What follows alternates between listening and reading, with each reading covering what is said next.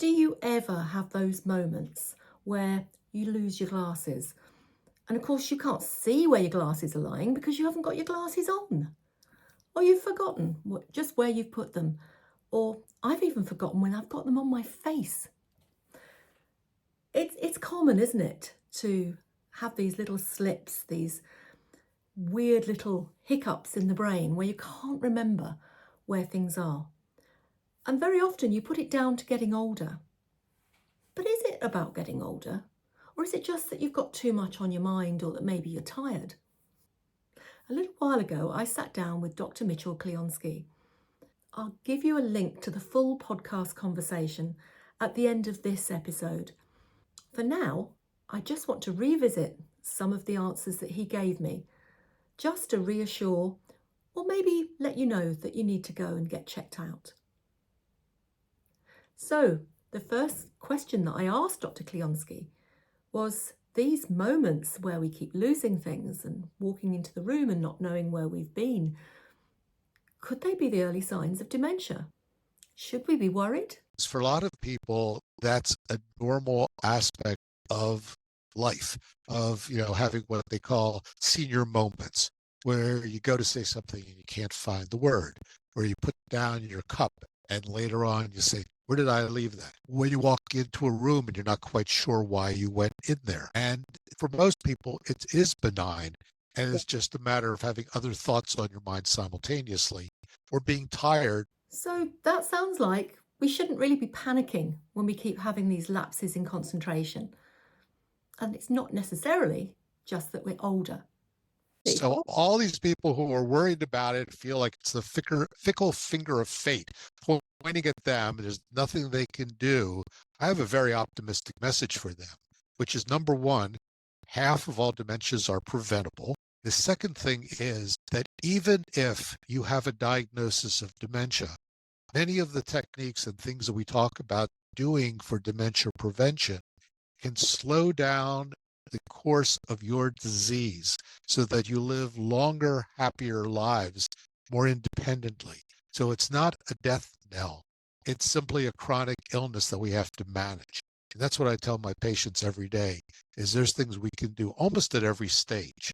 But what about, say, your mother has dementia or another member of your family? Doesn't that mean that we're more likely to suffer from dementia as we age? Well, let's look at the odds. Does your mother have any siblings? They said, yeah, she's one of 5. I said, how are her brothers and sisters doing?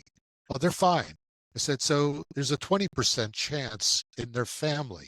Well, that's actually in your 70s, slightly lower than what your risks are just by being alive. Your risk is then about 20 to 25%.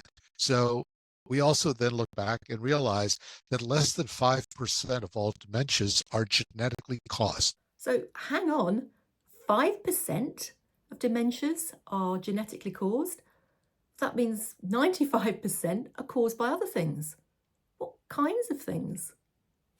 For most people, those are the cardiovascular and cerebrovascular conditions. So it's basically blood flow. And hypertension is one of those. Managing your hypertension reduces that to being a non-factor. So if you can keep your blood pressure down into acceptable ranges, which now the target is about 120/80, give or take, it can vary a little bit. You need to take it regularly because it's a silent kind of disease. People don't know they're hypertensive unless they actually have a blood pressure cuff telling them that they're hypertensive. Only about 43% of people actually know what their blood pressure is, know they have hypertension. So you have a whole lot of people walking around with unregulated hypertension simply because they don't know that they have it. So you got to take your medication, you got to get it down into the target areas. Now that's helpful if, number one, you don't smoke tobacco, because it turns out that cigarettes are not only cancer causing, but also spike your blood pressure, they constrict your blood vessels, they interfere with your ability to breathe and take in oxygen. So it has a profound effect on your brain, as well as your heart, as well as your lung. Okay, so that's a fairly easy thing to keep on top of, isn't it? We need to be aware of our blood pressure. Got it. And we've got to keep it within the range of 120/80, give or take. Okay. Smoking obviously does constrict blood vessels. What about alcohol? Should we be cutting down on our alcohol? Safe and what's not safe is really a matter of some dispute. We all know that 3 or more drinks per night is dangerous and that binge drinking is bad for our brains. That's pretty normal, although people say, well, it's just beer, except that 12 to 16 ounces of beer is the equivalent of a shot of distilled spirits. It's equivalent to a 4-ounce glass of wine. So you have to look at what the equivalences are, because if you're stopping off every night at the pub on the way home and you're having a couple, that actually, if you're a woman, is probably one more than you should have. And for a man, it may be more than you should have. But you don't realize that it, over the course of time, is getting in the way of some of your thinking ability. Now, I'm not a teetotaler. I drink alcohol. But when you look at the research, you'll want to modify and modulate what you drink, because you'll become more aware that, it's not as benign as I think it is. And I really should pay attention more to it. Well, I think we all knew that Dr. Kleonsky would say something about alcohol. We feel better for not drinking so much, especially once we go into our menopause years. I don't know about you, but I certainly couldn't handle my drink in the same way once I went into perimenopause. Hormones have an effect on that. So what else? Diet? Exercise? Diabetes, which is often the result in midlife, type 2 diabetes, of being overweight and not exercising as well as what you eat, is also very important, because if your blood sugar is high, the nerves around the blood vessels get damaged. And that particularly shows up in your brain, where at the very tips of the blood vessels and the nerves, we see changes in what's called the white matter, the myelinated nerve conduction circuits in our brain. And they'll show up as little white dots on MRI scans. And so if not enough blood can carry oxygen to the very tips of those blood vessels, your brain gets starved for the nutrients and the oxygen that it needs, and those brain cells die. So you don't want that to happen, because it messes up the connectivity in your brain. Is there a common denominator, something that connects all these things together that we can pay attention to?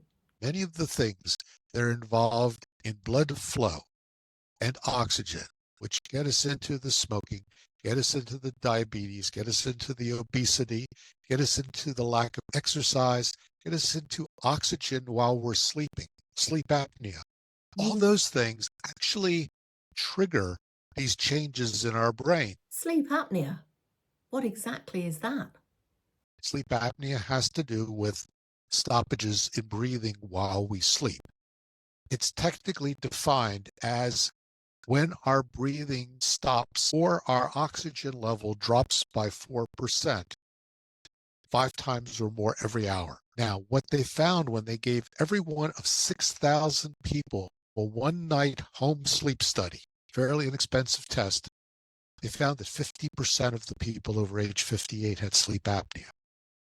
Enough so that it means that the men in their sample, some of them were having erectile dysfunction as a result of their sleep apnea. Those people don't understand that connection. If you look at the people who are going to sex therapy clinics, 50% of them have sleep apnea, enough so that it raises their risk of heart attack and stroke. Gout turns out to be connected to sleep apnea.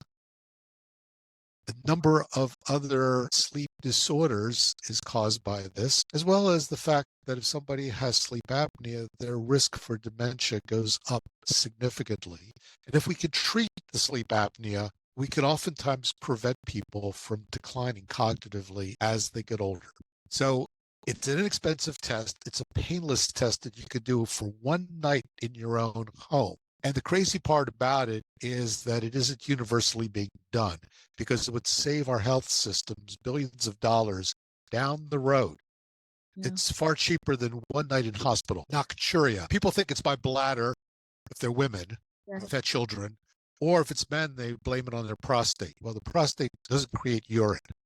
This is actually a biological function of not getting enough oxygen while we're breathing. It causes our body to try to compensate by creating urine to pull off fluid that's accumulating in the left atrium of our heart. So you get up, you go to the bathroom, you come back to bed. An hour or two later, you're up again. You haven't drunk anything. Where's that fluid coming from? Well, it's coming from your own body. And so when people get their sleep apnea diagnosed, and when they get it treated, people who are up 3 to 4 times a night to pee are now sleeping through the night. It also helps you go through all the proper stages of sleep in the right order and Yeah. helps with the sleep consolidation. I wonder how many of us suffer from sleep apnea and have no idea. And yet it seems like such a simple thing to look at and discuss with your doctor. Are there any other things, any sensory things that cause dementia?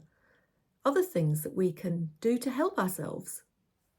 We first started looking at what all the risk factors were. We were really impressed by a large-scale study done by the Lancet Commission in the United Kingdom.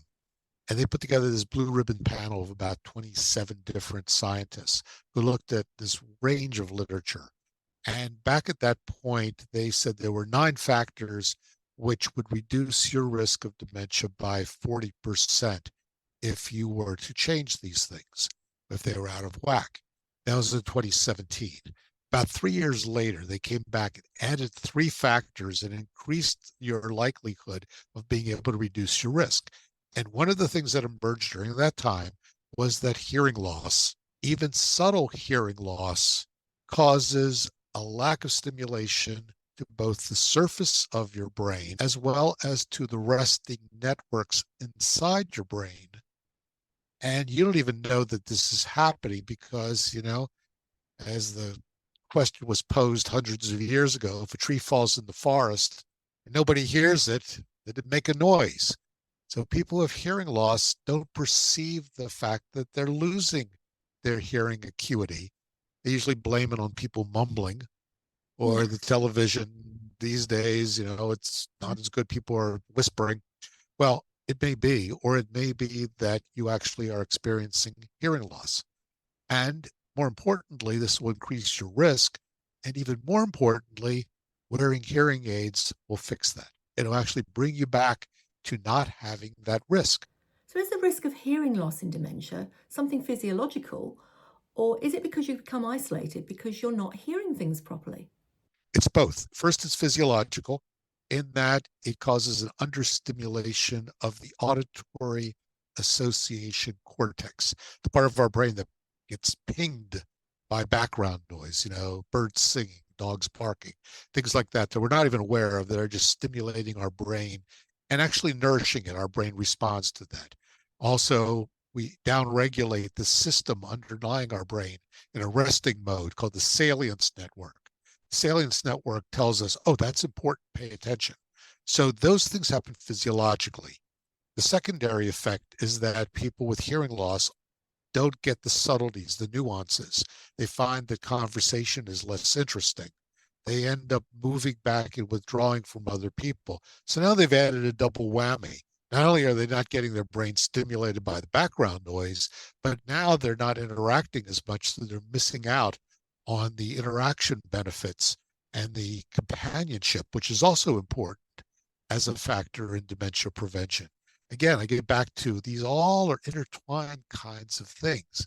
And Mm. if you're not hearing well and if you're not interacting with people and you get withdrawn, life is not very much fun. So then you get depressed as well. There's a lot more information in Dr. Kleonsky's book, and there's also a free checklist that you can download to check your risk of dementia. I'll put the link in the description of this video and along the screen. I asked Dr. Kleonsky if there was one thing that we could take away from the longer conversation that we had. What would it be? What did he want to impart to us? I guess if I put this in a capsule, I want people to know that number one, dementia is not inevitable for at least half of those people who otherwise might get it. That's really an important message. Number two, Unfortunately, it's not going to happen just by wishing it to be so. You have to educate yourself, Yeah. and you're likely to have to make some changes in what you're doing. Or maybe you're just doing it all wonderfully, in which case it'll be very reassuring to take a checklist and say, wow, I'm actually entirely on target. If you're that person, you're a very rare person. I applaud you. Most of us are going to say, well, there's some areas I should work on because I want to increase my chances of being just as wonderful years from now as I am today. So there you have it. If you're finding yourself losing your glasses regularly, or finding your purse in the fridge, as I did the other week, or the waste paper basket out for the milkman and the empty milk bottles where the waste basket should be, maybe it's just me, you probably don't need to worry. I really do urge you to check out the full conversation if you are interested in this subject. It's very reassuring, very interesting. There were a lot of things in there that I didn't understand before. It's 40 minutes long, which is why I've created this distilled version, because I think it's such an important subject and something that we should all be aware of. I hope you've enjoyed it. I hope you've come away with Dr. Kleonsky's message of hope. Download his checklist, read his book, thoroughly recommend it. Until next time.